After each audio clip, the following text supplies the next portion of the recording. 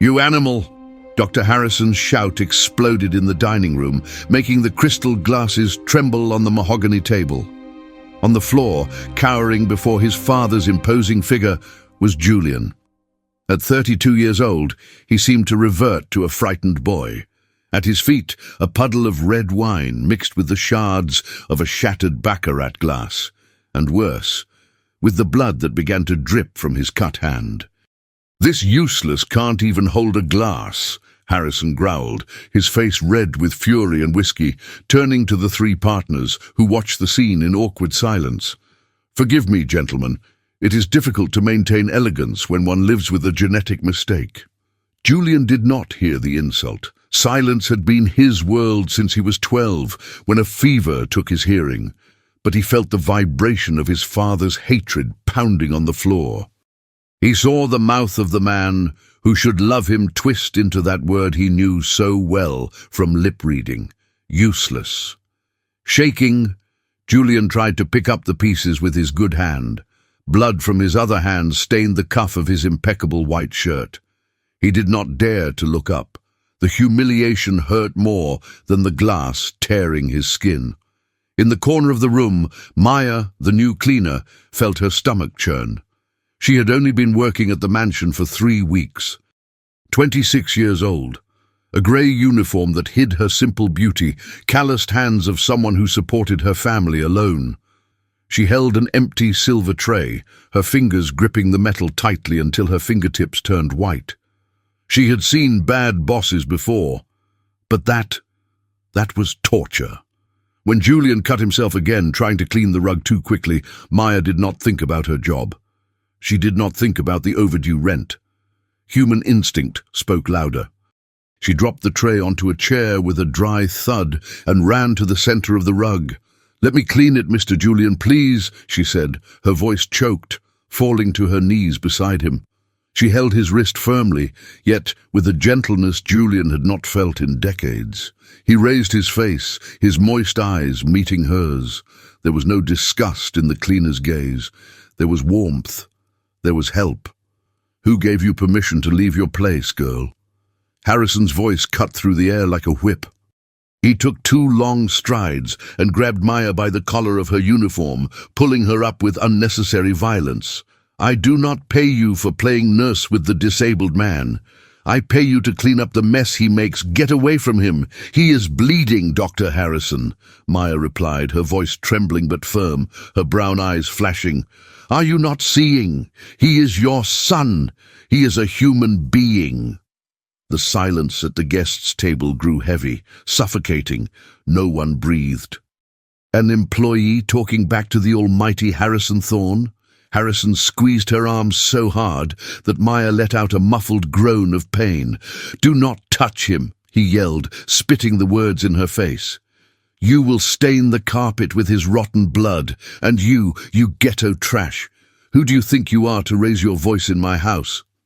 In a reflex of pure defense, to get rid of the pain in her arm, Maya pushed her boss's hand away. The gesture was small, but in the mind of a narcissist like Harrison, it was a capital crime. "You dare to touch me?" he whispered, in a dangerous, lethal tone. Harrison raised his right hand, open, heavy. It was going to come down with full force on Maya's face. She closed her eyes, shrinking her shoulders, waiting for the blow, the taste of copper in her mouth. The blow came. The smack of skin against skin echoed through the room like a gunshot. But Maya did not feel the pain. She slowly opened her eyes, her heart hammering in her throat. Before her, like a wall, stood Julian. Julian had risen in a silent leap and placed himself between Maya and his father. His face was turned to the side, his left cheek red, marked by his own father's 5 fingers. Julian was breathing heavily, his chest rising and falling. He did not hear the slap, but he felt the pain explode on his face, a physical pain that mingled with the old pain of his soul. He slowly turned to his father. In Julian's eyes, always so downcast and submissive, something had changed. The boyish fear was gone. There was deep resentment, yes, but also an unprecedented spark of defiance. "Not her," his eyes said. Harrison lowered his hand, his palm tingling. He looked at the partners, who now seemed horrified, exchanging nervous glances. He needed to regain control. He needed to turn it into a lesson in authority, not a scandal of aggression. He adjusted his linen jacket, took a deep breath, and forced a cynical, cold smile that did not reach his eyes. "Look at this," he said, with cruel mockery. The pet learned to bite to defend the staff. The atmosphere in the room was suffocating, thick like smoke. Julian remained standing in front of Maya, protecting her with his own body, the blood from his hand dripping rhythmically onto the ruined carpet. Harrison walked to his chair at the head of the table, sat down with psychopathic calm, took a long sip of water, and wiped his mouth with his napkin. "Julian, go to your bedroom, now." He gestured with his hand, a dismissive movement, as if shooing away a stray dog. "Before I decide to commit you permanently to that psychiatric clinic that Dr. Valerie recommends so highly, you know I can." Julian understood the gesture and the threat on his father's face. He looked at Maya one last time, a quick glance, laden with a silent apology, and left the room, head bowed, choking back dry sobs that caught in his throat like ground glass. Maya made a move to leave as well, to grab her purse and disappear from that hell, but Harrison's voice froze her in place. "Where do you think you're going, dear?" I'm going to get the first aid kit for the—" she began, her voice failing. "You're not going anywhere!" Harrison cut her off, his voice soft and terrible. "You ruined my business dinner! You stained my Persian rug, and worst of all, you splattered wine on my Italian shoe!" He stretched his leg out from under the table, displaying the glossy leather shoe, where a tiny purple drop stained the toe. "Clean it." Maya blinked, confused, looking at the shoe and then at his face. "Do you want me to get a cloth and—" "No." Harrison smiled at the guests, as if telling a funny joke at a gentleman's club. "I want you to clean it now. Here, on your knees, with the sleeve of that filthy uniform of yours. To learn your place in this house. Either you clean it, or I call the police right now and say that diamond ring that disappeared from my drawer last week was miraculously found in your bag. What do you think?" Maya's heart froze. The blood drained from her face. She knew he was capable. A man like that, with judges, police chiefs, and the press in his pocket, could destroy her life with a single phone call. She thought of Maya's sick mother at home, depending on that salary, on the expensive blood pressure medication. Slowly, with tears of humiliation burning her eyes, Maya knelt on the cold marble floor, in front of the three strange men who looked away, complicit in their silence. She bent down and, with the sleeve of her grey uniform, polished the shoe of the man who treated his own son like trash. Harrison did not even look at her. He continued talking about the stock market and interest rates, while she scrubbed, feeling every second of that humiliation brand her soul like a branding iron. An hour later, the estate was plunged into silence. Dinner was over. The guests had left, taking with them fresh gossip about the Thorne family's madness. In the laundry room, attached to the industrial kitchen, the light was yellow and dim. Julian was sitting on a wooden stool, looking at his cut hand. The blood had already dried, forming a dark, ugly scab. He looked like a statue of desolation. Maya entered. She had washed her face with cold water, but her eyes were still swollen and red. When she saw Julian there, so alone, so physically large yet so emotionally fragile, the anger she felt towards her boss dissolved, transforming into a painful tenderness for Julian. She said nothing. There was no point in talking. She took the first aid kit from the metal cabinet, pulled up another stool, and sat facing him, their knees almost touching. Julian instinctively pulled his hand back, ashamed to be touched, to be seen. Maya was firm but gentle. She took his hand, placing it on her lap. The contrast was visible. Her hand, rough from hard work, holding his hand, soft from never having worked, yet wounded by life. With a cotton ball soaked in antiseptic, she began to clean the cut. Julian hissed in pain, closing his eyes, but did not remove his hand. He opened his eyes and kept looking at her face. He saw a loose strand of hair falling on her forehead. He saw the slight tremor in her fingers as she handled the gauze. He saw the wine and grease stain on her uniform sleeve, the mark of humiliation she suffered because of him. When she finished, Maya made a perfect dressing with gauze and adhesive tape. She did not let go of his hand. She held it between her two warm hands, running her thumb over his fingers in a silent caress. Julian looked deep into her eyes. He wanted to thank her. He wanted to say so many things that had been stuck in his throat for years. He wanted to say that no one, not even his own mother before she died, had defended him that way. He wanted to say that he smelled the scent of her cheap lavender perfume when she stood in front of the slap, and that scent was the best thing he had ever smelled amidst so much smell of alcohol and hypocrisy. Slowly, Julian extended the index finger of his good hand. On Maya's forearm, he slowly and intently drew invisible letters THANKYOU. Maya felt the touch of his skin on hers, a shiver running down her spine. She smiled, a sad, tired but genuine smile. She took his hand, brought it to her own chest, right over her racing heart, and gently tapped his palm against her chest twice.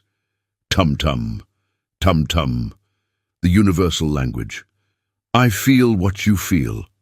Your heart beats in mine. Julian smiled back. It was a shy smile, breaking through his mask of sadness, illuminating his tired face. For a moment in that simple kitchen, there was no thorn estate, no cruel father, no sound barrier. There were only two lonely souls who had found each other amidst the rubble. Neither of them noticed the elongated shadow in the kitchen doorway. Dr. Harrison was there, leaning against the doorframe, holding a half-empty glass of whiskey. He watched the scene with predator's eyes, calculating. He saw the touch. He saw the intense exchange of glances. He saw the connection that money could not buy. The little mouse likes the disabled one, he murmured to himself, his voice thick with alcohol, a wicked smile curving his thin lips. This will be very useful. I will use love to destroy them both. The days that followed were a silent and dangerous dance. Harrison traveled to the capital on business, and the Thorne estate seemed to breathe a sigh of relief, as if a toxic gas had dissipated. Maya and Julian created a secret routine. She cleaned the rooms where he was, always taking a little longer. He pretended to read books in the library, but in reality, he watched her through the reflection in the windows. They exchanged hidden notes inside books, beneath porcelain vases. Did you eat today? I hid a piece of cornbread for you in the pantry, your favorite fruit. Your father returns tomorrow. Be careful. But on that sunny Tuesday, Julian was agitated, electric. He waited for Maya to go to the back of the garden, a blind spot where the high-tech security cameras could not reach, near the rare orchids his late mother had planted, which were his only place of peace. He pulled her by the hand, his eyes shining with a feverish, almost manic intensity. He pulled a tablet from under his shirt, as if it were forbidden treasure. On the screen, a translated report from an international medical journal. New cochlear reconstruction procedure promises to reverse traumatic deafness in 90% of cases. Maya read, her heart racing with each line. She looked at Julian. He pointed to his own ear, then to the screen and gave a thumbs up with both thumbs, smiling like a child on Christmas morning. He moved his lips, soundlessly, articulating the promise, I can hear. I can hear again, Maya. Maya felt an immense urge to cry with joy. That would change everything. She took the tablet and typed into the notepad, her hands trembling. This is wonderful, Julian. It's a miracle. How much does it cost? Let's schedule it now. Julian's smile faded a little. He typed a figure. It was high. Too high for a cleaner. But for the Thorne family, that was pocket change for a weekend in Paris. He opened the banking app on the tablet, confidently. He typed the password. Maya watched over his shoulder, twisting her fingers. The screen spun, loading, and then flashed bright red. Access denied. Account blocked by account holder. Contact your manager. Julian tried again, and again. Sweat began to bead on his forehead. His hands started to tremble. He tried the virtual credit card, blocked by court-order guardianship. The joy on his face dissolved into pure panic. He looked at Maya, his eyes wide with despair. He was a rich man on paper, heir to half of that incalculable fortune, but in practice he was a prisoner without a penny in his pocket to buy his own freedom. At that exact moment, they heard the unmistakable sound of tires screeching on the gravel of the main entrance. His father's car. He had returned early. Julian did not wait. The frustration, accumulated over 20 years of silence and submission, exploded. He put away the tablet and ran into the house. Maya ran after him, her heart in her mouth, trying to stop him, knowing it would not end well. Julian burst into his father's study like a hurricane. Harrison was just entering, tossing his leather briefcase onto the armchair. Seeing his son enter without knocking, red-faced and panting, he didn't even flinch. He continued unbuttoning his jacket. Julian slammed the tablet onto the oak table, showing the banking lock screen. He hit the table hard, making the objects jump. He pointed to his ear, shouting a silent sound, demanding his rights. "Ah, so the little rat discovered the mousetrap is set?" Harrison laughed, walking calmly to the mini-fridge to pour himself another drink. He twirled a golden pen between his fingers, unconcerned, as if his son's despair were entertainment. Julian gestured furiously, pointing to the surgery report, then to his ear, then to his father, with an expression of plea that quickly turned to anger. "Why did you do this?" Harrison looked at the report on the tablet with absolute disdain. "Surgery? For you?" He let out a dry, cruel laugh. Julian, look at you. You are a man-child. I am your legal guardian. I control the money. I control the company. I control you." He approached his son, invading his personal space, his face inches from his. "Money in your hand is dangerous, and this surgery, nonsense. What if it works? Huh? Have you thought about that? If you can hear, you will want to have a say in the business. You will want your share of that weak Julian's mother's inheritance. You will want to be a person." Harrison gave his son a humiliating pat on the face, in the same spot he had hit him days before. "Better to remain in silence, my son. Silence is your place. In it, you do not bother me. Now leave. I am busy counting the money you will never see." Julian was paralyzed. The shock of the revelation hit him like a punch. It was not about the money. It was never greed. It was about power. His father wanted him to be deaf. His deafness was the guarantee of his father's reign. Julian left the study dragging his feet, his shoulders slumped, defeated, as if his soul had been ripped out and trampled upon. From the other side of the ajar door, Maya heard everything. Her back was pressed against the wall, hot tears streaming down her face. The hatred she felt for Harrison at that moment was something physical, a bitter taste of bile in her mouth. She saw Julian walk down the hallway and enter the bedroom, locking the door. The sound of the key turning was the sound of final surrender. Maya looked at her own hand. On her ring finger, an antique gold ring with a small, time-worn ruby stone gleamed. It was the only thing her grandmother had left her, the only valuable thing she owned in the world. She had promised her mother she would never take that ring off. It was her security, her rainy day fund for old age, for medicine, for food. She looked at the closed door of Julian's bedroom. She remembered his smile in the garden, so full of light. She remembered how he had thrown himself in front of the slap for her, without hesitation.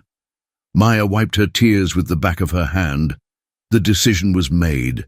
She was not going to let that monster win, not as long as she had breath. Downtown was chaotic, noisy, dirty, the opposite of the aseptic, cold silence of the Thorne estate. Maya entered the pawn shop with her heart in her mouth.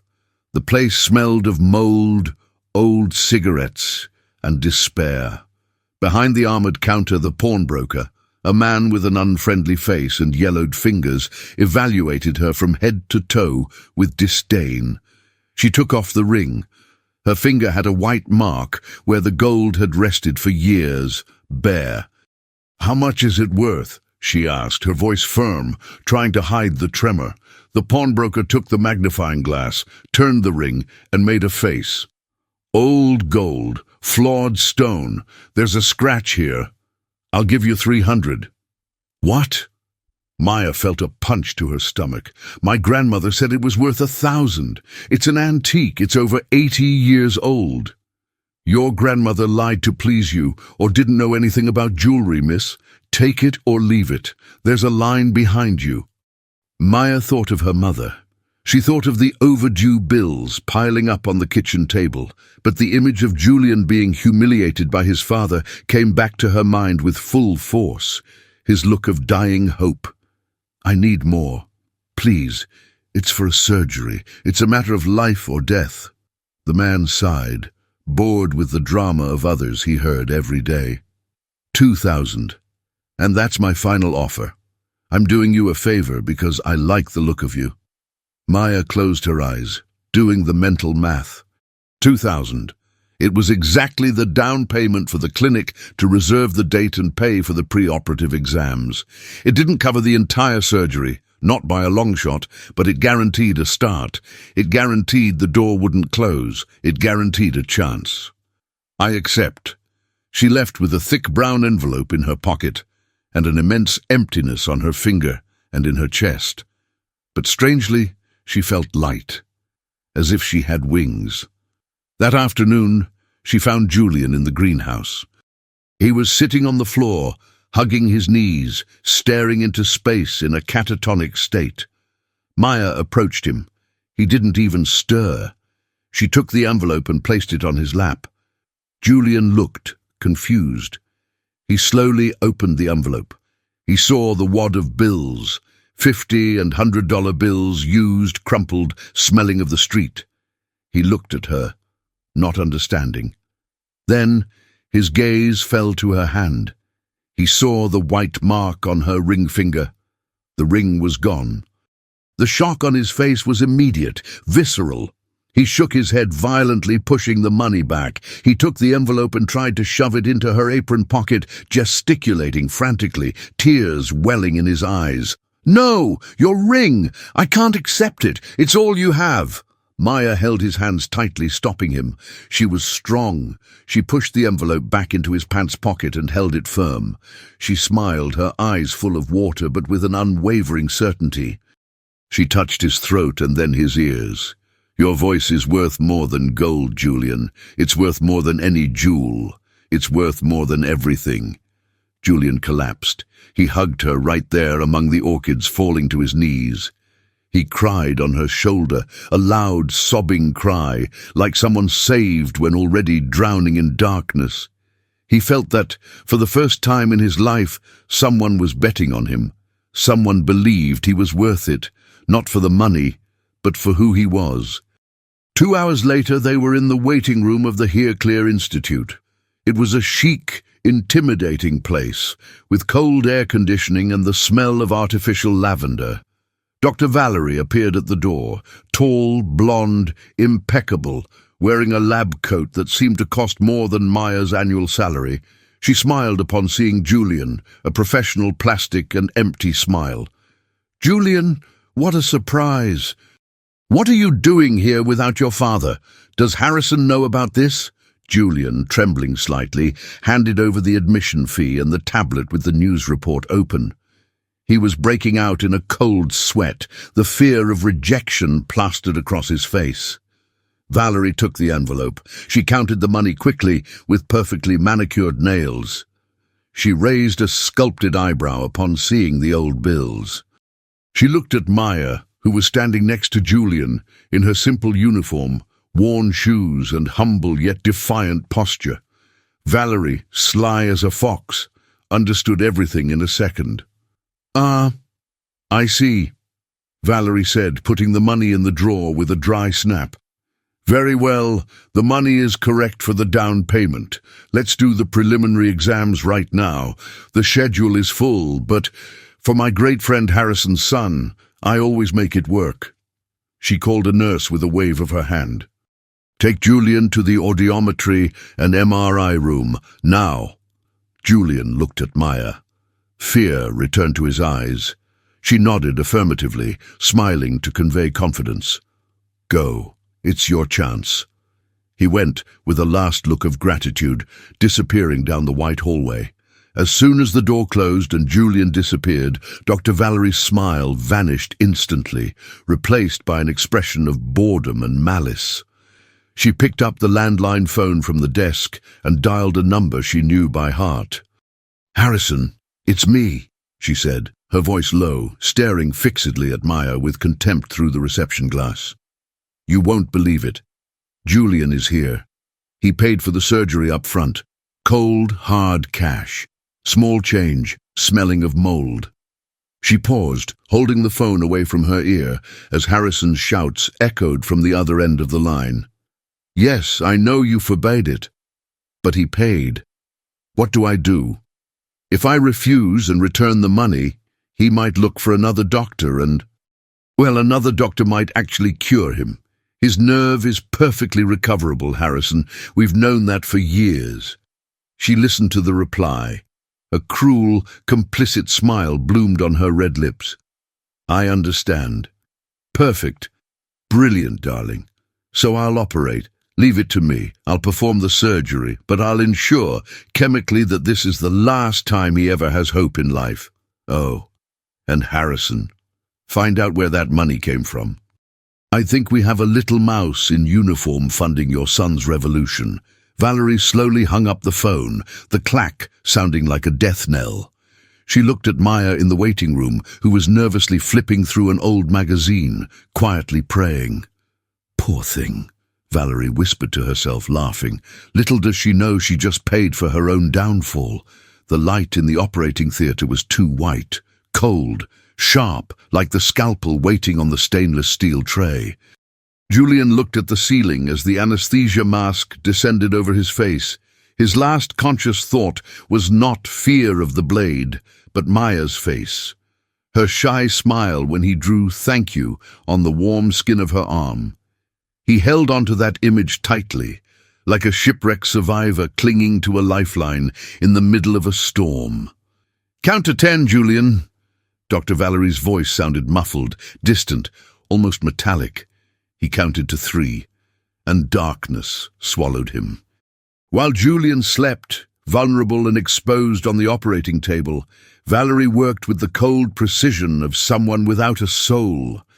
Her hands, gloved in latex, moved with dexterity inside his inner ear.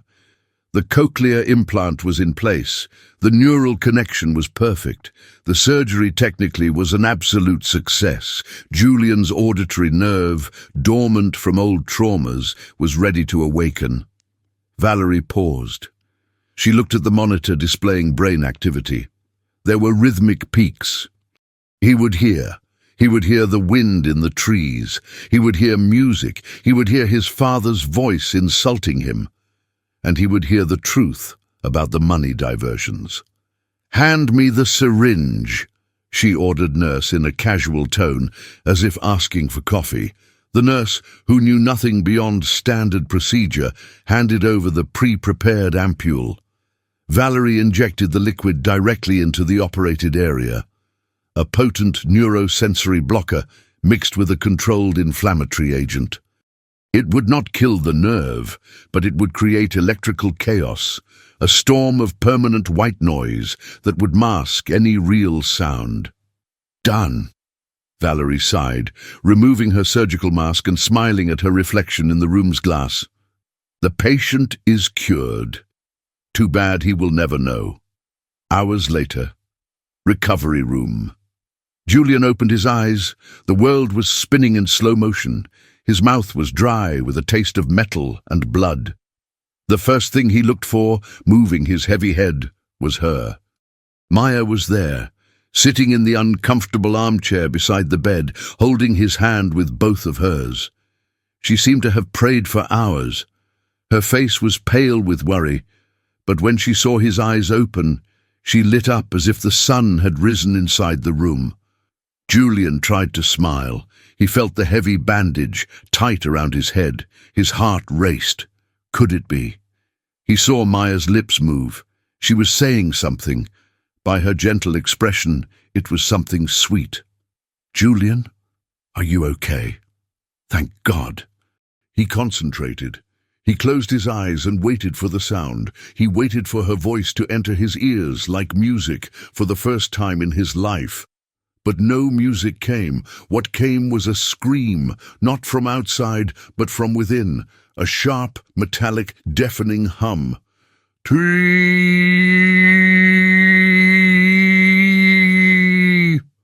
As if a microphone was exploding inside his skull, without a pause to breathe.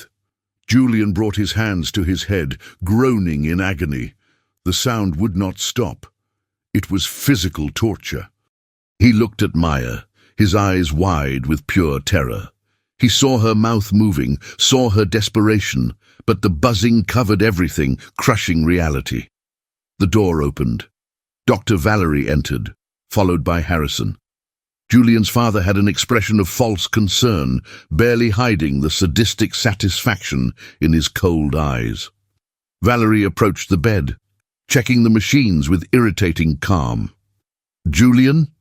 she said, articulating her lips clearly for him to read. "Can you hear me?" Julian shook his head frantically, tears springing from his eyes. He pointed to his ears, grimacing in pain. "Noise! Too much noise! Stop it!" he tried to say with disordered gestures. Valerie sighed, slowly lowering her clipboard, like a judge reading a death sentence. She placed her hand on his shoulder, a cold touch. "I am so sorry, dear," she said slowly, so he would not miss a single word of the lie. The nerve. It had been dead for a long time. The implant caused a violent rejection. That buzzing, it is the sound of your hearing's definitive death. There is nothing more to be done. Julian's world collapsed. The ground opened up under the bed and he fell into the abyss. He looked at Maya. She was crying, covering her mouth with her hand to stifle a sob. Julian felt warm tears stream down his own face, wetting the bandages. The hope, which had been so alive and bright hours before, was now cold, bitter ash in his mouth.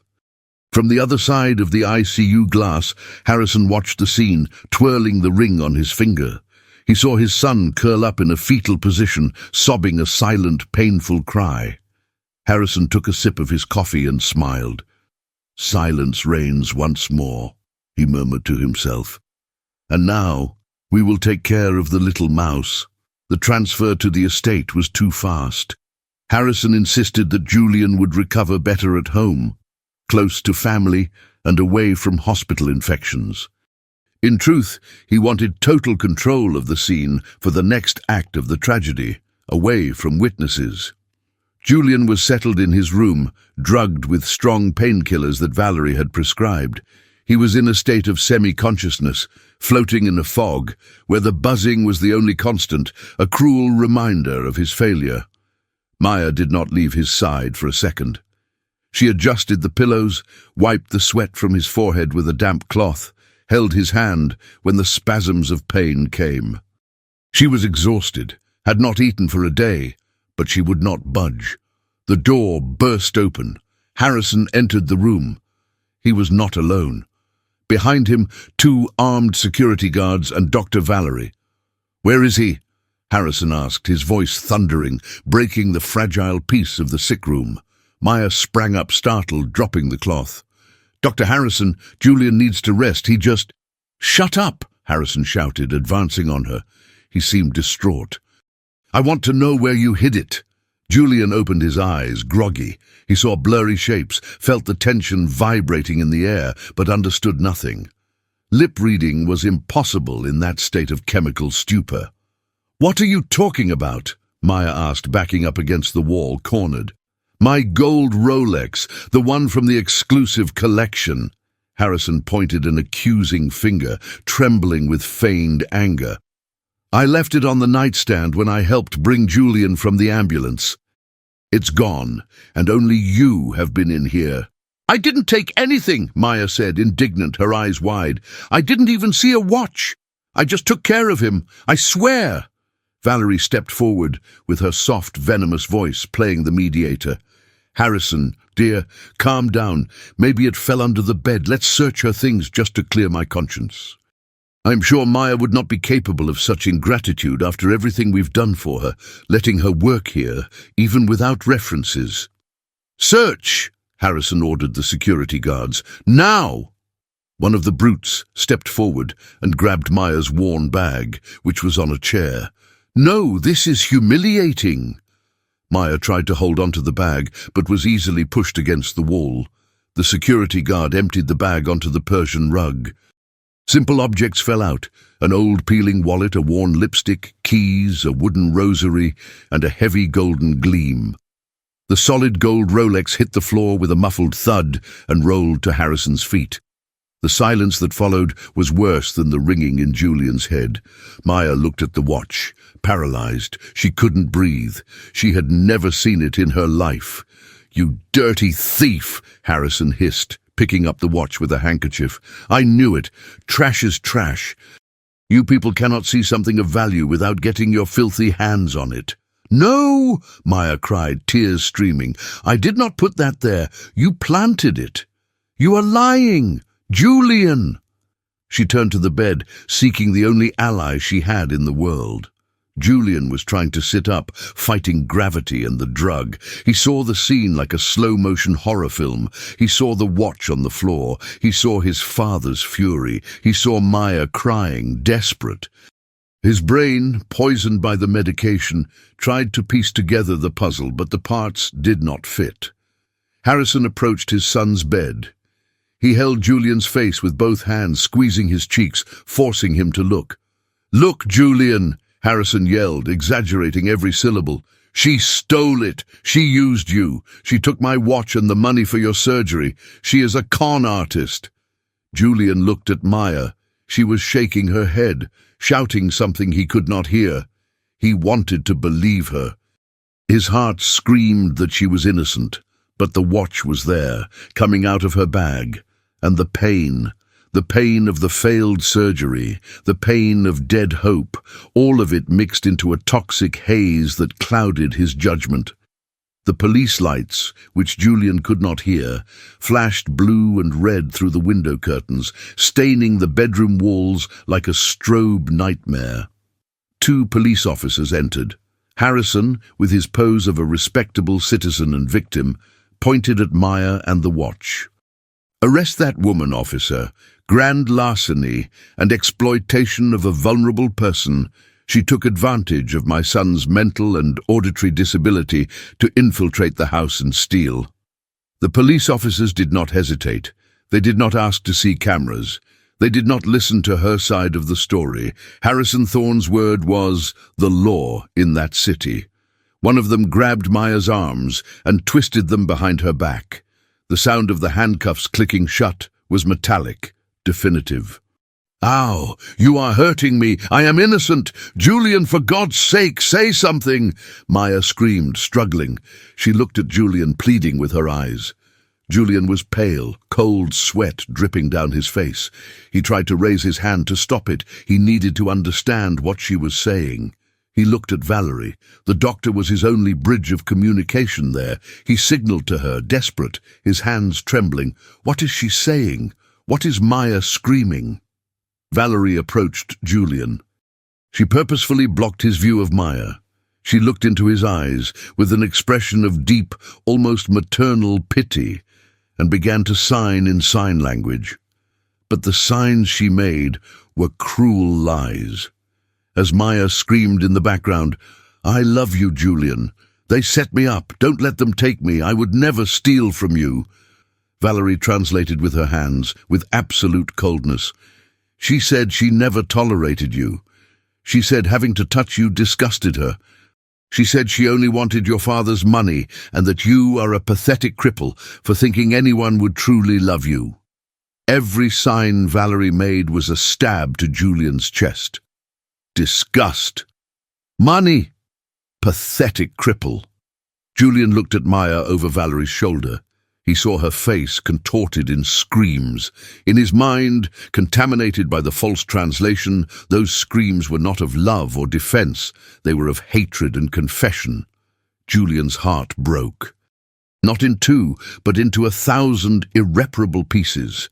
The only person he thought truly saw him was just another monster. Worse than his father, because she faked love. Julian let out a low, guttural moan like a wounded animal. He squeezed his eyes shut and turned his face to the wall. He did not want to see any more. He could not take it any more. Maya saw the gesture. She saw Julian turn his back on her. That hurt more than the handcuffs cutting into her wrists. It was the coup de grace. "Julian, no! Look at me!" she screamed as she was dragged out of the room by the police officers. "Do not believe her! Julian!" Harrison watched everything with his arms crossed, triumphant. "Get that trash out of here and make sure she never gets a job, not even cleaning bus station toilets in this city." Maya was thrown into the back seat of the patrol car. As the car drove away from the Thorne estate, she looked at the second-floor window. The light was on. She imagined Julian inside, alone in the darkness of silence, surrounded by the wolves that would devour him. Inside Julian's bedroom, Dr. Valerie picked up a prepared syringe from the nightstand. "He is too agitated, Harrison. His heart will not withstand the shock. I need to sedate him now." "Do it," Harrison said, looking at his son who was trembling in bed. "Calm him down. When he wakes up tomorrow, his mind will be confused enough to accept our truth. He will be the obedient son he always was." Valerie injected the sedative into Julian's arm. The world spun faster. The ringing in his ears faded, giving way to a dark, heavy void. The last thing Julian felt before blacking out was the scent of Valerie's perfume. Sweet, nauseating, the smell of lies. 2 days passed, 2 days that felt like 2 years of winter. The local precinct smelled of urine and cheap disinfectant. Maya was sitting on a cold cement bench, hugging her knees. She had been released that morning. The public defender had secured her release because there was no direct evidence of the theft, only the subsequent seizure, and she was a first-time offender with a clean record. But freedom had the bitter taste of ashes. "You can go," the desk sergeant said, tossing her belongings in a plastic bag onto the counter. "But consider this a warning. Do not go near the Thorne estate." Dr. Harrison requested a restraining order. "If you step within 500 meters of him or his son, you go back to the cage and I throw away the key." Maya walked out onto the street. The midday sun hurt her eyes, accustomed to the dimness of the cell. She took the bus home, using the remaining coins. When she arrived in front of the studio apartment where she lived with her mother, her belongings were on the sidewalk. Cardboard boxes wet from the previous night's rain, clothes scattered in the mud. The old mattress thrown on the curb like trash. The landlord was at the door, with his arms crossed, picking his teeth with a toothpick. "What is this, Mr. Russo?" Maya ran, desperate. "I do not want police at my door, Maya." The man spat on the ground. "I saw the patrol car taking you away. The whole neighborhood saw. They said you stole from rich people. Rich people do not forgive, and I do not want trouble with the law. The rent is overdue, so I took the opportunity to clear out the room. I have already rented it to someone else." "But my mother, where is she?" Maya screamed in a panic. "The neighbor took her to her house out of charity, but said she can only stay until tonight. Figure it out, girl." Maya looked at the broken furniture on the street, unemployed, with a rap sheet, evicted, without Maya's grandmother's ring, which was her only financial reserve. She sat on the curb, holding an old shirt of Julian's that she had stolen from the laundry basket to fix a button and never returned. She buried her face in the fabric. It still carried his scent, faint but present, the smell of expensive soap and sadness. She cried until she had no more tears, but then she looked up, at the grey city sky that seemed to want to crush her. "They think they've destroyed me," she whispered, her voice hoarse, clutching the shirt to her chest. "They think I'll give up on you, Julian. But they know nothing. I will prove it. Even if I have to clean the floors of hell, I will prove I am innocent, and I will come back to you." Meanwhile, at Thorn Estate, luxury seemed like a golden, silent prison. Julian was sitting on the bedroom balcony, looking at the vast, empty garden. He was thinner. Deep, dark circles gave him the appearance of a living ghost. He held a glass of water with a trembling hand. In his other hand, a small blue pill. Dr. Valerie had said it was essential for his nerves, for the ringing to subside, for him to accept reality. Julian took that pill 3 times a day, and 3 times a day he felt his mind turning to mush. He became slow, apathetic. He forgot his anger. He forgot his will to live. He became docile, the perfect son Harrison always wanted. Dr. Valerie appeared at the glass door. "Time for your medicine, Julian," she smiled, a motherly smile. Julian looked at the blue pill. Then he looked at Valerie. There was something about her smile, an excess of teeth, a glint in her eyes that was not affection, but control. For the first time in 2 days, a glimmer of lucidity broke through the chemical fog in Julian's brain. He remembered Valerie's translation on the day of the arrest. She said, "You disgust her." Julian looked at his own hand. He remembered the physical sensation of Maya's lips, kissing his injured skin in the kitchen. He remembered the warmth, her tear falling on his hand. His body remembered the truth, and the truth of Maya's touch did not match the word disgust. Someone was lying, and Maya never lied to him with her eyes. Doubt is a small but powerful seed. Julian put the pill in his mouth. Valerie watched, satisfied. He picked up the glass of water and drank. He made a swallowing motion. He opened his mouth to show his empty tongue, as Valerie demanded, a humiliating habit she imposed for his safety. "Very good, good boy." She patted his head, as if he were a dog, and left. As soon as she turned her back and disappeared down the hallway, Julian ran to a large plant pot in the corner of the balcony. He spat the blue pill, which had been hidden under his tongue, into the dark soil. It was whole, just wet with saliva. He buried the pill deep in the soil with his finger, covering his tracks. Julian stood up, wiping the dirt from his pants. He looked at his own reflection in the glass door. His eyes, once dull and deadened by the drug, now held a glint of contained fury. The ringing in his ear was still there, strong. But now there was another sound competing with it, the sound of Julian's own inner voice, shouting a promise. "You are lying, and I will find out why." He looked at the horizon, beyond the walls of the Thorn Estate. He did not know where Maya was, but he knew that if she was alive, they were still connected by the truth only the two of them knew. 6 months. 180 days of a silent, cold, and chemical winter. To anyone looking from the outside, Julian Thorn remained the same, a broken man, living in the shadows of the Thorn Estate like a ghost, walking through the marble hallways with downcast eyes and shoulders bowed in submission. But inside, beneath the pale skin, something was changing. A slow fire was beginning to burn. In recent weeks, Julian had perfected the art of pretense. Every time Dr. Valerie handed him the blue pill with that viper's motherly smile, he would place it in his mouth, drink the water, and make an exaggerated swallowing motion in front of her. But the pill remained lodged under his tongue in a blind spot.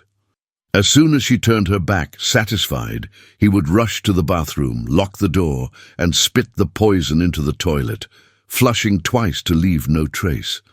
The mental fog began to dissipate. The heavy lethargy was replaced by a painful, cold clarity. He remembered everything. He remembered Maya's gaze in the ambulance. He remembered the humiliation at dinner. And most of all, he remembered the stark contradiction between her affectionate touch and Valerie's cruel translation. One Tuesday afternoon, fate cracked open a door. Valerie was in the library discussing the engagement budget details with Harrison. She hurried out to take an urgent call in the garden, leaving her personal laptop open on the solid oak table. Julian was in the corner of the room, pretending to read an old history book, mechanically turning the pages. His heart hammered against his ribs. It was his chance. Perhaps his only one. He stood up, his steps silent like those of a hunting cat. He looked at the glass door to the balcony. Valerie had her back to him, gesticulating on the phone far away. Julian slid to the computer. His fingers trembled, but he was quick. He did not need a password. It was already logged in. He opened the browser. Search history clean. She was careful. But then he saw a minimized Excel file on the taskbar. No suspicious names like evil plans. The name was bureaucratic, boring. Clinical report, JT, post-op follow-up. Julian clicked. The spreadsheet opened. There were columns of dates, dosages, and chemical compounds. He ran his finger across the screen, deciphering the medical codes he had secretly researched on his father's old phone. Line 42. Date 12:05. Cochlear implant surgery. Status: technical success, active neural connection. Line 43. Additional intervention: intracochlear injection of type B blocking neurotoxin. Line 44. Maintenance prescription: sedative Blue Dream, 3x daily. Expected effect: severe cognitive suppression and induction of chronic tinnitus. Julian felt his blood run cold. He couldn't breathe. It wasn't a medical error. It wasn't his body rejecting it. It was poisoning. They had managed to restore his hearing during the surgery, but chose to make him chemically deaf to keep him controlled. He heard the unmistakable sound of Valerie's high heels clicking on the stone floor of the balcony. She was coming back. Julian closed the spreadsheet in a panicked reflex, minimizing the window exactly as it had been before. He rushed back to his armchair, picked up the book, and sat down the exact second the doorknob turned. Valerie entered, putting her cell phone into her purse. She stopped and looked at Julian. He seemed too still. "Julian?" she asked suspiciously, her eyes narrowed. Julian didn't move. He didn't look up. He continued turning the page of the book with his usual monotonous and slow rhythm. He controlled his breathing, forcing his chest to rise and fall slowly. Valerie relaxed her shoulders. "Of course. He did not hear," she murmured to herself, laughing scornfully. She went to the computer, slammed the lid shut, and left the room, humming. When Julian finally looked up, his reflection in the bookshelf glass showed a different man. The victim's sadness had vanished. In its place there was a pure, crystalline, focused hatred. A week later, the residual effects of the drugs were completely leaving Julian's system. The ringing, that constant metallic scream that had tormented him for months, began to falter, like a radio losing its signal. There were moments of real, frightening silence, and in those moments he felt a strange pressure in his ears, as if a dam was about to burst under the pressure of the water. It was a tropical storm morning. The sky was black, heavy with thick clouds. Julian was on the covered balcony, watching the rain fall over the immense, solitary garden. He saw the flash of lightning cut across the horizon, illuminating the trees like white skeletons. He counted mentally, out of habit. 1, 2, crack, boom! The thunder exploded right above the house. It was not a vibration in the ground. It was not a tremor in the window. It was sound. Pure, violent, magnificent sound entering through his clear auditory canals. Julian jumped back, covering his ears with his hands in a reflex of pain and fright. He fell back into the wicker chair, gasping for breath. His heart felt like a drum in his chest. He slowly removed his hands from his ears, fearing it was a hallucination. The sound of the rain invaded his mind. It was not just falling water. It was a symphony. The thick drumming on the banana leaves, the sharp tinkling in the copper gutter, the rustling of the wind in the palm trees, the sound of a car passing on the distant road. Julian began to cry, but it was not a cry of sadness. He laughed and cried at the same time, tears washing his face. He heard his own uneven breathing. Ha, ha, sniff. He stood up and ran to his ensuite bathroom. He locked the door. He turned the shower on full blast to create a barrier of white noise against the rest of the house. He looked in the mirror, steam beginning to fog the glass. He touched his own throat. It had been 20 years since he had consciously used that tool. He opened his mouth. He tried to make a voluntary sound. A hoarse, broken grunt came out, rusted by disuse. His throat burned. He tried again. He coughed to clear his vocal cords. He remembered how Julian's mother had taught him to speak before the fever, placing her hand on his neck, the position of the tongue on the roof of the mouth, the vibration in the chest. The voice was deep, strange, almost unrecognizable to his own ears. It sounded like a stranger's voice. He closed his eyes and pictured her face. He needed to say her name. Yeah. The name came out broken like ground glass, but it came out. Maya, he repeated, louder, testing the volume. Father, liars, murderers. He turned off the shower. The silence returned, but now it was a living silence, full of small house noises. The air conditioning, a step in the hallway, suddenly real voices, heavy footsteps approaching the bedroom door. Julian ran and pressed his ear against the wooden door. That cheap catering company agreed to do the engagement party. It was Harrison's voice, deep, arrogant, slurred by morning alcohol. Julian felt a shiver of disgust and fascination run down his spine. It was the first time he had heard his father's voice in decades. It was exactly as he had imagined, the voice of a monster. They accepted, of course, Valerie replied, her voice high-pitched and giggling, irritating. They are desperate for any contract. And the best part, guess who works there in the kitchen as a freelancer? Who? The little mouse, Maya. I found out from the temporary employee registry they sent. Julian held his breath.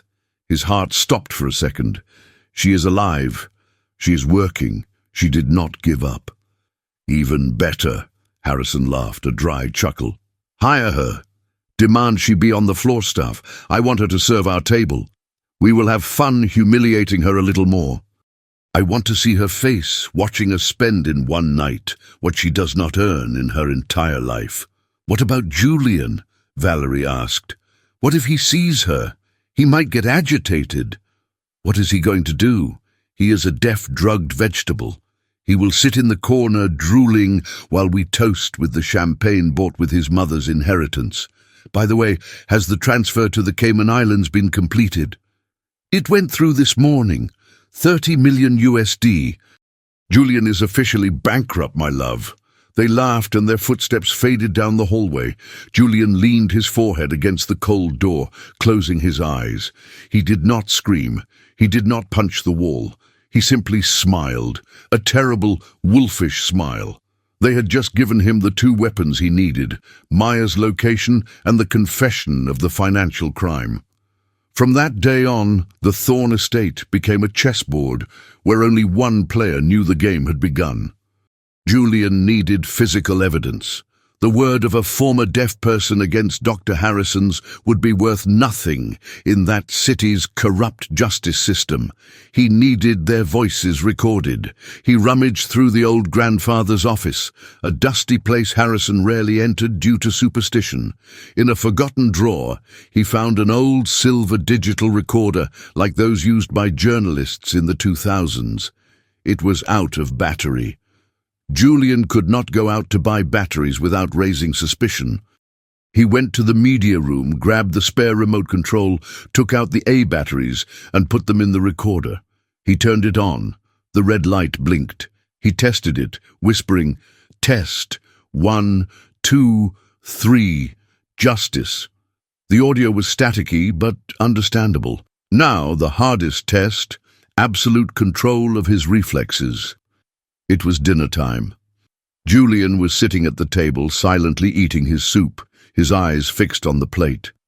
Harrison and Valerie were openly discussing bribing city inspectors and travel plans to Europe, completely ignoring his presence. To them, Julian was furniture. "That idiot eats with his mouth open. That sound annoys me," Harrison commented, looking at Julian with disgust. Julian heard. He wanted to throw the plate in his father's face, but he chewed slowly, without changing the rhythm of his jaw. "Control, Julian. You are a rock." Harrison, perhaps bored or sadistic, decided to play a game. He picked up a heavy, hardcover art book that was on the sideboard. He walked silently behind Julian's chair. "Let's see if the buzzing is still loud, or if he's faking it," Harrison whispered to Valerie, winking. Julian saw the reflection of his father's movement in the polished silver knife on the table. He knew what was about to happen. His brain screamed, "Get ready!" Harrison raised the book right behind Julian's head and slammed it onto the floor with all his might. Bang! The sound was deafening, sharp, and violent in the silence of the dining room. Julian's body screamed to jump. Adrenaline flooded his blood. The natural auditory reflex is to flinch, blink, turn. It is biological, but the will for revenge was stronger than biology. Julian locked every muscle in his body. He bit the inside of his cheek so hard that he tasted copper in his mouth. He gripped the spoon handle until his knuckles turned white. But he did not blink. He did not spill a drop of soup. He continued bringing the spoon to his mouth, chewing, swallowing, as if he were stone deaf. Harrison watched his son, disappointed, waiting for any reaction. Nothing. "Deaf as a post," Harrison chuckled, kicking the book away. "Valerie, you are a genius. You really fried his brain." Valerie toasted with her wineglass. "I am excellent at what I do." That night, Julian waited for everyone to fall asleep. At 3 in the morning, he left his bedroom barefoot and went to the living room, where Harrison usually held his confidential morning meetings with the accountant. He taped the digital recorder with black electrical tape under the coffee table, right in the middle, hidden by the solid wood structure. He left it in voice activation mode. Any whisper would be recorded. He returned to his bedroom and opened the old laptop he had managed to fix in secret. He connected to the neighbor's Wi-Fi network, whose password he had discovered months ago by watching the gardener type on his phone. He searched for the name of the catering company he heard in the conversation, Taste and Celebration Events. He entered the website, photos of simple parties, finger foods, homemade cakes, and there, in a photo of our team in the background, almost hidden behind other employees, she was. Maya. She was thinner. The catering service's orange uniform was ugly and loose. She looked tired, with deep dark circles under her eyes and a sad gaze. But it was her. Alive. Julian touched the computer screen, caressing her pixelated face. "Hang in there, my love," he whispered, his voice growing firmer with each day of secret shower practice. Just 2 more days. 48 hours remained until the engagement party. Julian's plan needed to be surgical. He needed to ensure Maya was there. He knew his father was a cheapskate, despite his wealth. Greed was Harrison's vice and weakness. Julian created a fake email on a free service, reserve.tasteandcelebration@gmail.com. He wrote a message to the engagement planner, copying Harrison's personal email, which he knew by heart. Dear Dr. Harrison, due to a last-minute cancellation in our VIP schedule, the board has authorized us to offer you our diamond package at the cost of ingredients. It includes a full team, imported dinnerware, and the best service in the city. A unique opportunity to impress your guests while spending 70% less than your current budget. He sent it, crossing his fingers. 5 minutes later, he heard Harrison's shout from the study. "Valerie, cancel that expensive French catering. I received an irresistible offer here. They charge a bargain." Julian smiled in the dark of his bedroom. The bait was taken. Harrison's greed blinded him to the email's informality. Maya would be at the Thorne estate. The second part of the plan was the gathering of evidence. On the morning of the party, Harrison and the accountant held the final meeting in the living room. Julian was sitting on the sofa, pretending to read the newspaper upside down, a subtle touch to appear mentally confused, 2 meters away from them. "Is the balance sheet cooked, Harrison?" the accountant asked, lowering his voice. "Completely. The 30 million USD diverted from Julian's account is listed as operational loss in risky investments. The IRS will never know. And the money from the surgery that never happened went back into the slush fund in cash. Everything is clean. The boy signed the power of attorney yesterday without even reading it, thinking it was permission for an outing. And what if he regains his hearing and contests it? Impossible. Valerie guaranteed it. His auditory nerve is now chemically useless. He's dead weight. He's only good for signing papers and decorating the house. Julian turned the page of the newspaper. Inside, his stomach churned with hatred, but he was etching every word into his memory, while the small red light of the device under the table recorded the perfect criminal confession for the police. The night of the party arrived. The mansion was lit up like a fairy tale palace. Imported cars arrived one after another. Women in ball gowns, men in tuxedos. The city's corrupt elite was all there to kiss the hand of Harrison Thorne. Julian got dressed. He did not wear the loose, sloppy clothes that Valerie bought to make him look sick. He chose a black suit, classic Italian cut, that belonged to his grandfather and that he had secretly had tailored by a seamstress from the neighboring district months ago. He looked at himself in the mirror. He shaved perfectly. He slicked his hair back with gel. "Today it ends," he said to his reflection. His voice was firm, deep, manly. He went down the stairs. The party was in full swing in the garden, live classical music, waiters circulating with trays of champagne. Valerie, dressed in white like a bride, saw Julian come down. She stopped, surprised, and nudged Harrison. "Look at that. Deffy got dressed up. He looks like a fancy penguin. Where did he get that suit?" Harrison looked with disdain, but with a hint of annoyance. His son seemed too dignified. "Leave him be. He serves as decoration. It shows how inclusive and charitable we are, taking care of the poor disabled man at home." Julian walked through the hall. He heard everything. The malicious comments of the guests whispered behind their fans. "Poor thing, so handsome and so useless. They say he drools if he doesn't take his medicine. Look at his vacant stare." He ignored them. His eyes scanned the hall in search of a single color, the orange of the catering staff's uniform. Then he saw her. An old van parked at the side service entrance. The catering staff got out, carrying heavy boxes, and there she was.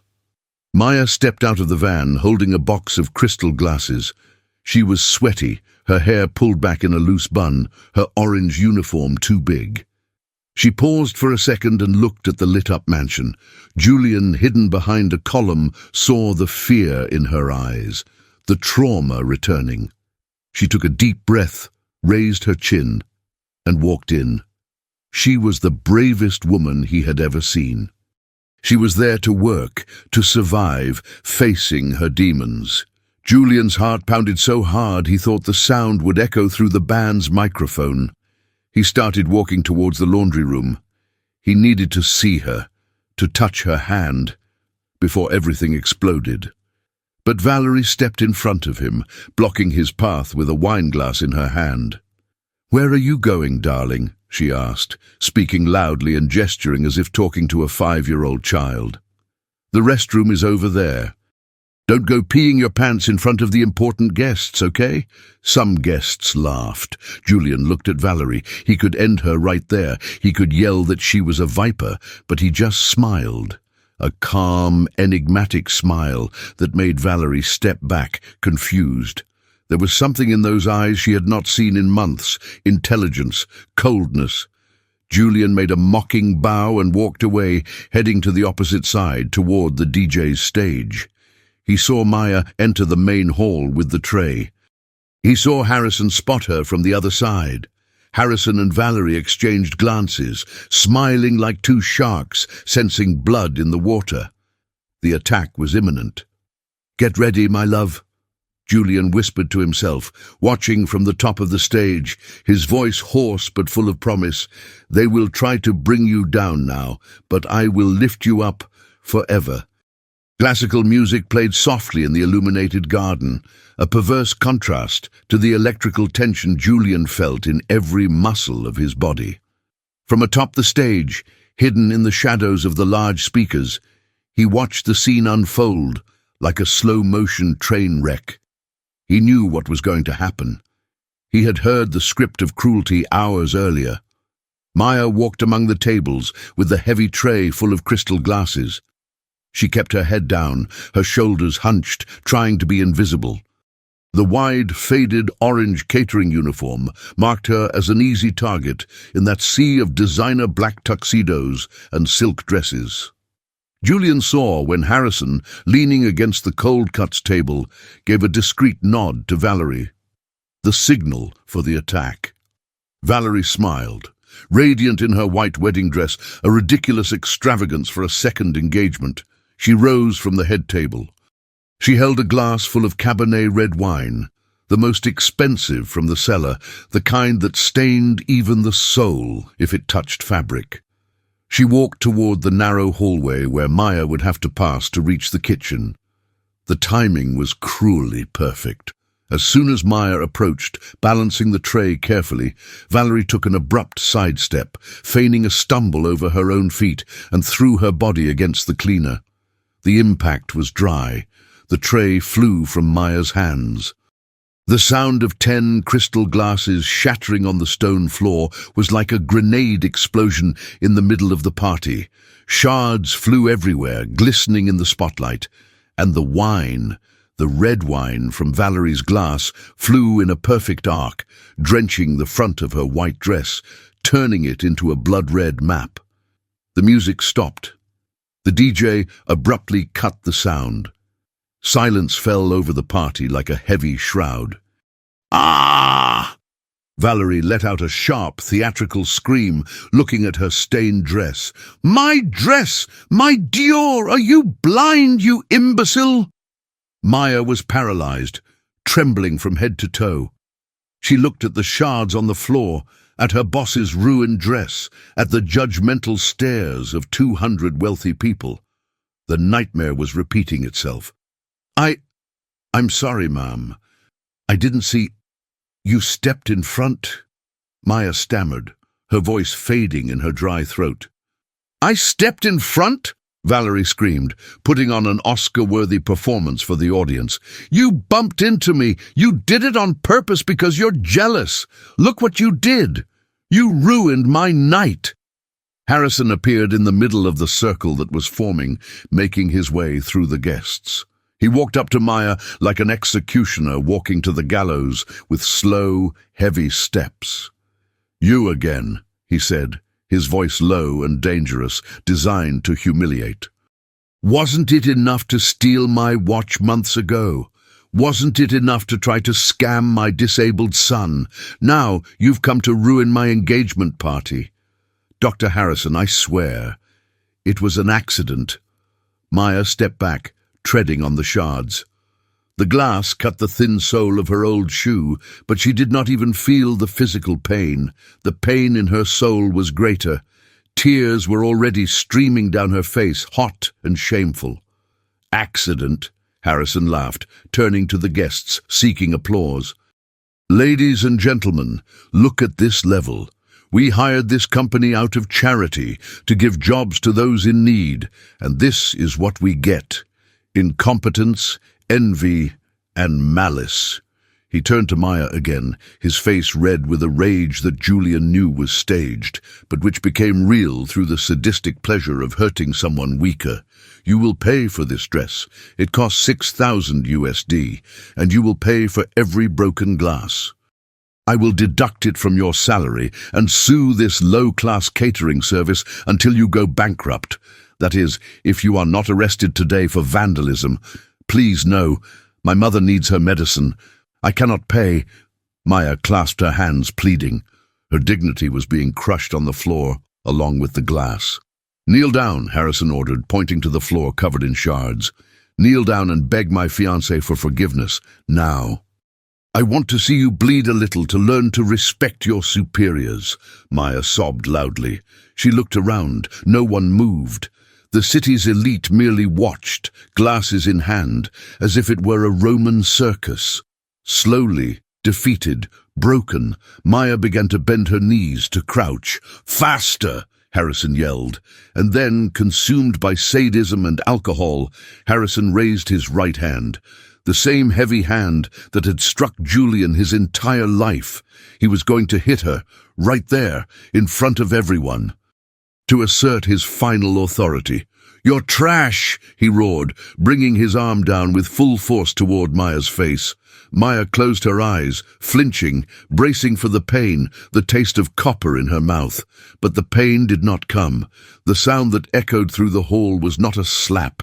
It was the dry, hard sound of flesh hitting flesh, bone locking against bone. A collective gasp ran through the crowd. Maya slowly opened her eyes, her heart hammering in her throat. Before her, a figure in a black suit stood like an insurmountable tower. It was Julian. He had leaped from the stage in a single silent movement, like a shadow. He stood there, holding Harrison's wrist in the air. Julian's hand gripped his father's arm like a steel vise. His knuckles were white from the force applied. Harrison looked at his son, shocked, eyes wide. He tried to pull his arm away. He could not. Julian was younger, bigger, and for the first time in years, he was not drugged. The silence was absolute. Not even the wind dared to blow through the trees. Julian looked into his father's eyes. Those eyes that, for months, Harrison had thought were empty and dead, now burned with an intense, lucid, and terrible blue fire. Harrison opened his mouth to speak, to curse, to tell the deafy to let him go immediately. But Julian spoke first. Take your hands off my wife. His voice came out hoarse, deep. It seemed to come from the depths of the earth. It was not the perfect voice of an announcer. It was a wounded voice, scratched by 20 years of disuse, trembling with contained rage, but loaded with a terrifying authority that sent chills down everyone's spine. The shock was physical. Valerie let her glass fall to the floor. The glass broke, but no one looked. Everyone looked at Julian's mouth. The mute had spoken. You, Harrison stammered, pale as a corpse, sweat beading on his forehead. You speak? Julian did not answer immediately. He tightened his grip on his father's wrist, twisting slightly until he heard Harrison's joint pop. Harrison groaned in pain and bent his knees, forced to bow. You hear? Valerie whispered, her hands trembling over her mouth, backing away. Julian released his father's arm with a violent shove, making Harrison stumble backward and almost fall onto Valerie, knocking over an appetizer table. Julian turned to Maya. She stood still, looking at him as if she were seeing a divine apparition. Julian? She whispered, barely moving her lips. He extended his hand to her, a firm, open hand. In his palm, The white scar from the first day's cut was still visible. "Raise your head, Maya," he said, his voice faltering slightly with emotion. He needed to cough to clear his throat. "You will never again kneel to anyone. Never again." Maya held his hand. He pulled her close to his chest in a protective movement. He wrapped his arm around her waist, creating a barrier against the world. His scent, that scent she had cried over on the old shirt, now enveloped her completely, real and warm. Julian turned to the crowd. He no longer looked like the poor wretch. He looked like the owner of everything there. He walked to the center of the stage, taking Maya with him, without letting go of her. He took the microphone from the DJ, who was frozen with his mouth open. The feedback screeched through the speakers, making everyone flinch. Julian did not even blink. He held the microphone tightly. "Good evening, everyone," he said. His amplified voice echoed through the garden, powerful despite its hoarseness. "Sorry to interrupt the party, but the engagement is over. The freak show begins now." Harrison, recovering his breath, tried to step forward, red with humiliation. "Get the microphone from him. Security guards. He is freaking out. He is mentally ill. He forgot to take his medication. Get him out of there," Harrison shouted, desperate. 2 security guards ran towards the stage, their hands on their batons. Julian raised his free hand, holding a small black object, the digital recorder. He looked at his wristwatch calmly. "One more step," Julian said to the security guards with icy calm, "and you will be accomplices to private kidnapping, unlawful imprisonment, severe bodily harm, and international financial fraud. The FBI has already passed through the gate." The security guards stopped, their boots locked to the ground, exchanging nervous glances. They earned minimum wage. They didn't earn enough to face the FBI. They backed away, raising their hands. Harrison was sweating profusely. Valerie was trying to slip away to the side, but the guests, realizing something grand and dangerous was happening, formed a human shield, blocking the exit. Nobody wanted to miss the outcome.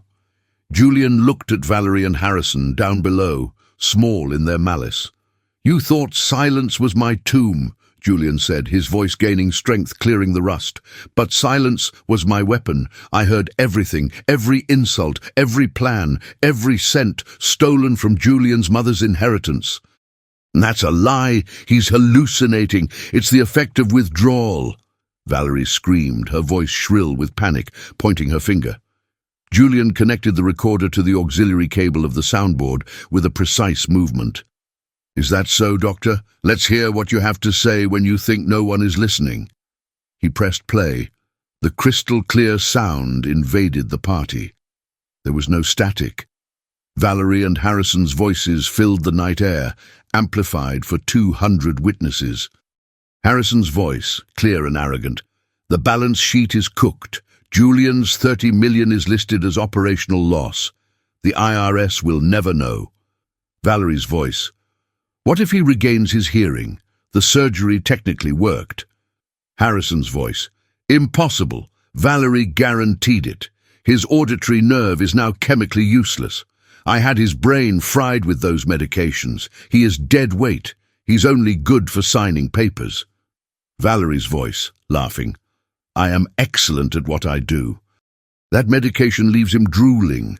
And the cleaner, that one will starve in the gutter if it's up to me.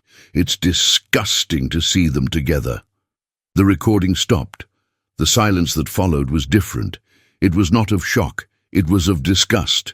Physical revulsion. 200 people looked at Harrison and Valerie as if they were venomous insects. The elite could be corrupt, could forgive tax evasion, but mistreating a disabled son and drugging one's own family was a level of monstrosity that shocked even the most cynical. "Monsters," someone murmured in the front row. Harrison was leaning against the buffet table, his legs trembling, holding onto the tablecloth to keep from falling. The mask of upstanding citizen had melted. "Julian, son." Harrison tried, extending his hand, his voice trembling, trying to appeal to emotion. It was a misunderstanding. It was a metaphor. I was protecting your assets from swindlers. I am your father. Do not call me son, Julian cut in, sharp as a gunshot. You lost that right when you ordered me poisoned on the operating table. You are not my father, Harrison. You are merely the defendant. At that moment, the rotating blue and red lights illuminated the garden trees, coming from the main entrance. Julian had not lied. The timing was perfect. 3 black FBI vehicles entered, tires screeching on the gravel. Julian had sent the bank statements from the Cayman Islands and the digital copies of the recordings 6 hours earlier. Federal tax fraud and money laundering. The only crime for which a rich person cannot get immediate bail. The agents entered the garden, weapons drawn, tactical and swift. The special agent in charge advanced directly to the buffet. Harrison Thorne and Valerie Cross. Hands on your heads, you are under preventive arrest. The handcuffs clicked on Harrison's wrists. The metallic sound was the most beautiful music Julian had ever heard. Harrison tried to resist, pushing the agent. You don't know who you're talking to. I know the senator. I'll ruin your careers. This is absurd. Julian, tell them to stop. But no one stopped. Valerie, feeling the cold metal on her wrists, collapsed. She began to cry hysterically, smearing the black makeup across her pale face, shouting, "It was him! Harrison forced me! I am a doctor! I am licensed! I just followed orders! He threatened me!" The villain's loyalty lasted exactly 5 seconds before jail. They were dragged through the middle of the garden. The photographers, who were there to cover the social engagement, now fired frantic flashes, recording the fall of the Thorne Empire for tomorrow's newspaper headlines. The shame was public and definitive. When the last police car left carrying Harrison's screams, the garden became strangely calm. The air felt lighter. The guests, embarrassed, began to leave quickly, muttering apologies, without the courage to face Julian. Within 5 minutes, the place was empty, except for the waiters and the catering staff, who watched everything in respectful silence. Julian released the microphone. He stepped down from the stage, feeling the weight of the world lift from his shoulders. His legs were trembling now, not from fear, but from adrenal exhaustion. He turned to Maya. She was still standing in the same spot, holding her own arm where Harrison had squeezed. She looked at Julian with eyes full of tears. Julian approached. He stopped a step away from her respectfully. "Maya," he said. His throat ached from the effort of speaking so much after years. "You speak," she whispered, reaching out her trembling hand to touch his face, her fingers tracing his jawline, as if she needed to confirm he was real. "You hear?" "I heard everything, Maya." Julian closed his eyes, resting his cheek against the palm of her calloused hand. A warm tear escaped his eye. "I heard you screaming in the ambulance. I heard you saying you loved me when they took you away." Maya sobbed, a sound of pure relief. "I thought I had lost you. I thought you believed her lies." "Never believed them. My body knew the truth, my heart knew." Julian opened his intense, wet eyes. "Forgive me?" "For what?" she asked, crying and smiling. "For taking so long, for letting you go hungry, cold and humiliated these past 6 months. I needed irrefutable proof. I needed to be sure they would never touch you again, but every day away from you was a torture worse than silence." Maya shook her head. She threw herself into his arms. "You saved me, Julian. You saved me from this hell." He hugged her, lifting her off the ground, spinning slightly. He buried his face in her neck, smelling lavender and sweat, the smell of home. "No," he whispered into her ear, and she shivered, feeling his warm breath and the audible words for the first time. "You were the one who saved me. You sold your ring, your only inheritance, to give me my voice. Now I will use that voice to tell you every day, for the rest of my life, I love you." He set her down and held her face with both hands. "I love you, Maya." He kissed her. It was not a movie kiss. It was a desperate, human kiss, salty with tears, full of longing and promise. A kiss from someone who survived the war and returned to rebuild their life.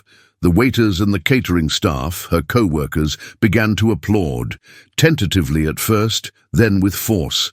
Genuine applause from workers who saw justice served against the powerful.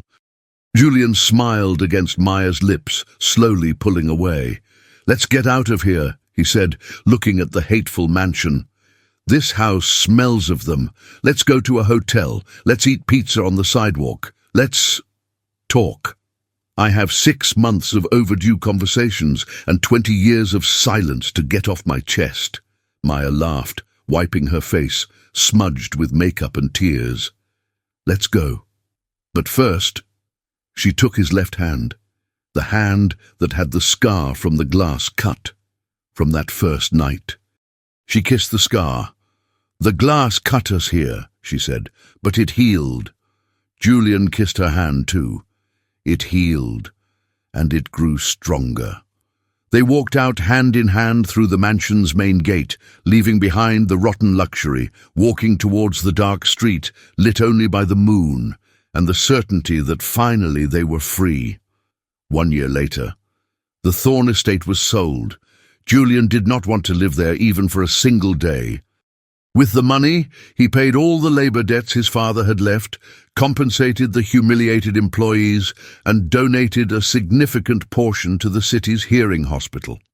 Harrison and Valerie were sentenced to 15 years in a maximum security prison without the right to bail. The last news heard was that Harrison was working in the prison laundry, washing the uniforms of the other inmates. The twist of fate does not fail. He, who used to humiliate the cleaner, now made a living washing clothes. Julian took over as president of the company, cleaned up the corruption, and implemented a radical inclusion policy, hiring people with hearing impairments for leadership positions. But the greatest victory was not in business. The final scene shows a sunny garden, a comfortable yet simple house full of toys and life.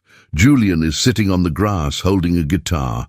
He plays poorly, still learning to hear and coordinate the chords, but he plays with contagious joy. Maya is sitting in a rocking chair nearby with an 8-month baby bump.